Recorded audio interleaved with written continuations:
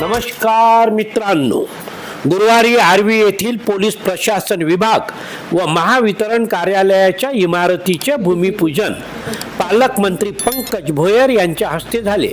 या कार्यक्रमाला आमदार सुमित वानखेडे, माजी आमदार सुधाकर कोहळे, नगर परिषद अध्यक्षा स्वाती गुल्लाने, वर्धा जिल्हा अधिकारी वान मंथी, मुख्य कार्यकारी अधिकारी पराग सुमन, उपवन संरक्षक हरवीर सिंग, अप्पर पोलीस अधीक्षक सदाशिव वाघमारे, पोलीस अधीक्षक सौरभ कुमार अग्रवाल, उपविभागीय पोलीस अधिकारी चंद्रशेखर ढोले हे प्रमुख अतिथी होते। तर उपविभागीय अधिकारी विश्वास शिरसाट, तहसीलदार हरीश काळे, गट शिक्षण अधिकारी पंकज तायडे हे प्रामुख्याने यावेळी उपस्थित होते। आमदार दादाराव केचे यांनी यावेळी नागरिकांच्या व्यथा मांडून प्रशासनाला चांगलेच खडे बोल सुनावले। तर गृह राज्यमंत्री तथा वर्धा जिल्ह्याचे पालकमंत्री पंकज वाघमारे यांनी यावर पांघरून घालण्याचा प्रयत्न केला। त्यांची भूमिका त्यावेळेची तेच होती, लोकांना त्रास देणे। तीच भूमिका आमच्या पोलीस विभागाच्या माध्यमातून जर असेल तर ही शोकांतिका आहे। काल परवा एक कांड आर्वी शहरामध्ये घडला। आमचा नगरसेवक संजय थोरात सभापती आहे, 10-12 वेळ फोन केला, आखरी मुंबईला फोन करायला लागला। तेव्हा कुठं सौरभजी थोडं लक्ष द्या, म्हणजे आमचं नाव जनता तुमचं नाव खराब करणार आहे, तुमच्या पोलीस स्टेशनचं नाव खराब करणार आहे। आता थोडंसं टोचण्या द्या, टोचण्या नाही तर पुराणी आणा। अगोदरला कालखंड जो होता तो विसर्जित करा। आता नव्यानं आर्वी शहरातील पूर्ण जनतेला न्याय मिळण्याच्या दृष्टीनं फोनवर एक स्पेशल माणूस ठेवा। फोन उचलत नाही सर्वांनाच माहिती आहे। त्या दिवशी तुम्ही फोन उचलला असता 2 तास चाललं आहे आर्वी शहरामध्ये, 2 तासामध्ये एक पोलीस त्या ठिकाणी आला नाही। 2 तासामध्ये तुम्ही त्या ठिकाणी हजर असते तर एकही जीव गेला नसता, 2 जीव गेले। हे गरीब आहे बिचारे, आणि 3-4 लोक जखमी झालेत। कोणाच्या नड्ड्या पिचकून राहिले, कोणावर झोडप टाकून राहिले, काय पद्धती आहे? आता 302 तुम्ही आमच्यावर करता, 302 तुमच्यावर केला पाहिजे खरीच। ठाणेदार आणि डीवायएसपी या दोघांवरही 302 दाखल केला पाहिजे, कारण का 2 म्हातारे जे शेतकरी आहे ते बळी पडले, ते मरण पावले। तुम्ही गेले असते तिथं 2-4 पोलीस, ही घटना घडली नसती। आणि या पुढे सुद्धा ही घटना झाली पाहिजे। काय काय सुरू आहे आर्वी शहरात? ठाणेदार आले तेव्हापासून वेश्याचा धंदा या ठिकाणी सुरू आहे, वेश्यालय। कितीकच वेळ आम्ही फोन करतो, जोडपे आहे म्हणते, ते जोडपे कुठून आले, जोडपे काय आले? अहो जाना माराना करा ना सारे, ते बंद हॉटेल या पद्धतीने नाही चालत असेल तर 3-4 हॉटेल त्याच कमी आहे। गरिबांच्या पोरी ज्या शिक्षणासाठी या गावात येतात त्या मुलींचा जीव धोक्याचा आहे।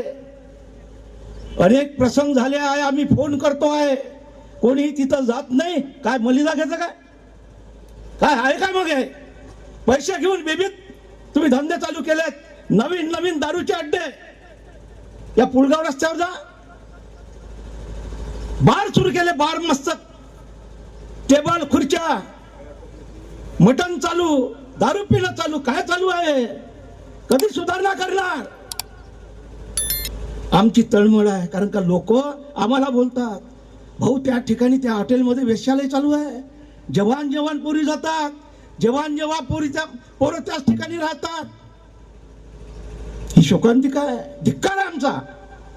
या पद्धतीने जर पोलीस विभाग आर्वी शहराच्या नागरिकांचं संरक्षण करत नसाल, शेतकऱ्यांच्या मुलीचं संरक्षण करत नसाल, तर प्रत्येक हॉटेल ज्या रस्त्यावरले जे आहे 2-2 पोलीस लावा तिथं,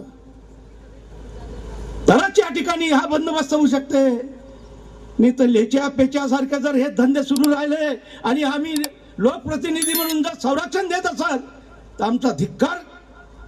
या पद्धतीने जर हे वातावरण चालत असाल तर आम्ही खपून घेणार नाही। आम्ही जीवावर उद्धार होऊन काम करू, तरी हे कार्य तुम्ही ताबडतोब उद्याच्या उद्या प्रत्येक हॉटेलमध्ये जे रस्त्यावरले हॉटेल आहे त्या ठिकाणी पोलीस यंत्रणा सज्ज करा. आणि विविध ठिकाणी एमडी आम्ही ऐकलं होतं, कधी ऐकलं नाही. याही गावात एमडीचे कारखाने आहे. म्हणजे कारंज्यातली एमडी इथं आली, घराघरात पोहोचून राहिले. दारूनं या नशेनं कितीकच मेले असन त्याची यादी करा. प्रत्येक वार्डाचा कसब्यामध्ये फक्त 2 शिल्लक राहिले आता, 2 सगळे मेले. आम्ही घराघरापर्यंत जातो, आमच्यापर्यंत लोक येतात, भाऊ हे असं झालं, तर तकलीफ आम्हाला आहे, तुम्हाला नाही आहे. आणि त्या भावनेतून थोडं दक्ष राहा. दक्ष राहिल्याशिवाय आर्वीचा विकास, सर्वांगीण विकास जे आम्ही हाती घेतलेला आहे तो विकास साध्य करेल, तो भागच नाही आहे. परंतु ही जनता जनार्दन जी आज एखादा बळी जात असताना आपण जर येत नसाल, फुकटचे बळी चालले याची थोडीशी ठेवा, बाकी नका. आणि या लोकांना आधार द्या. एवढंच आजच्या प्रसंगी बोलतो आणि इथेच थांबतो. आपल्या सर्वांचे ज्येष्ठ दादारावजींनी काही व्यथा या ठिकाणी मांडून दाखवली. परंतु दादारावजी, मी आपला एक लहान कार्यकर्ता या राज्याचा गृहराज्यमंत्री म्हणून काम सांभाळतो, परंतु आपण एकदा जरी मला तक्रार दिली असती तर निश्चितपणे आपल्या ज्या व्यथा आहे त्या आपण दूर करण्याकरता त्याच्यामध्ये पुढाकार घेतला असता. आपली व्यथा साहजिक आहे. आपल्या समोर जर का एखादा प्रकार घडत असेल तर आपण त्या ठिकाणी अस्वस्थता आहोत. परंतु आपल्या जिल्ह्याचेच पालकमंत्री, गृहराज्यमंत्री असताना आपण जर का तक्रार दिली तर निश्चितपणे आपण त्याच्यावर कठोरातली कठोर कारवाई त्या ठिकाणी करू. ही कारवाई अधिक जलद गतीनं होण्याकरता त्या ठिकाणी आपण माननीय मुख्यमंत्री महोदयांना विनंती केली की आमच्या वर्धा जिल्ह्यातला तपास हा अधिक जलद गतीनं होण्याकरता, कारण आपला वर्धा जिल्हा हा दारूबंदी असलेला जिल्हा आहे.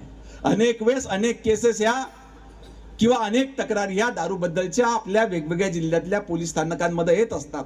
आणि मग ते नमुने तपासण्याकरता आपल्याला त्या ठिकाणी नागपूरला हे नमुने पाठवावे लागतात.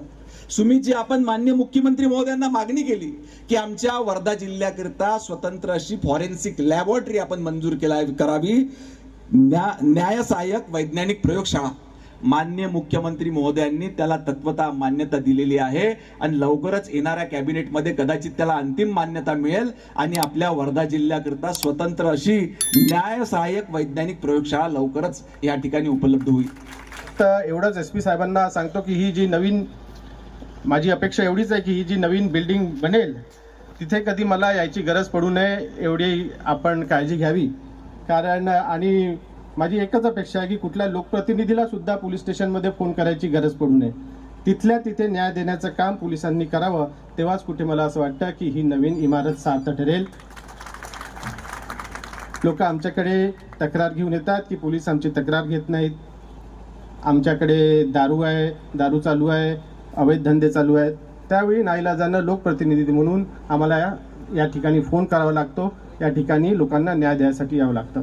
परंतु जर गव्हर्नन्स आणि सुशासनाचा जर आपण भाग पाहिला तर आपल्याला अशी एक सिस्टीम तयार करायची आहे की ज्यामध्ये प्रत्येक विभागाने आपापलं काम करावं, जेणेकरून लोकप्रतिनिधीला कुठल्याही विभागामध्ये फोन करायची किंवा पत्र देण्याची सुद्धा गरज पडू नये.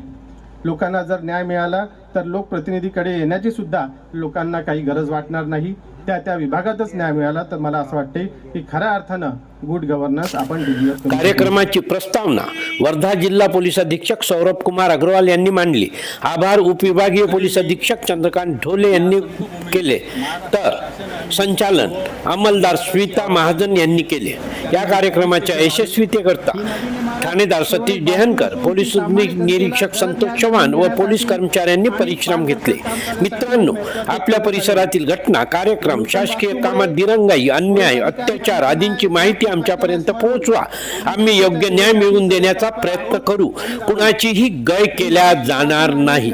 आमच्या YouTube चॅनलला शेअर व सबस्क्राईब करून आयकॉन बेलची बटन दाबा आणि आम्हाला सहकार्य करा.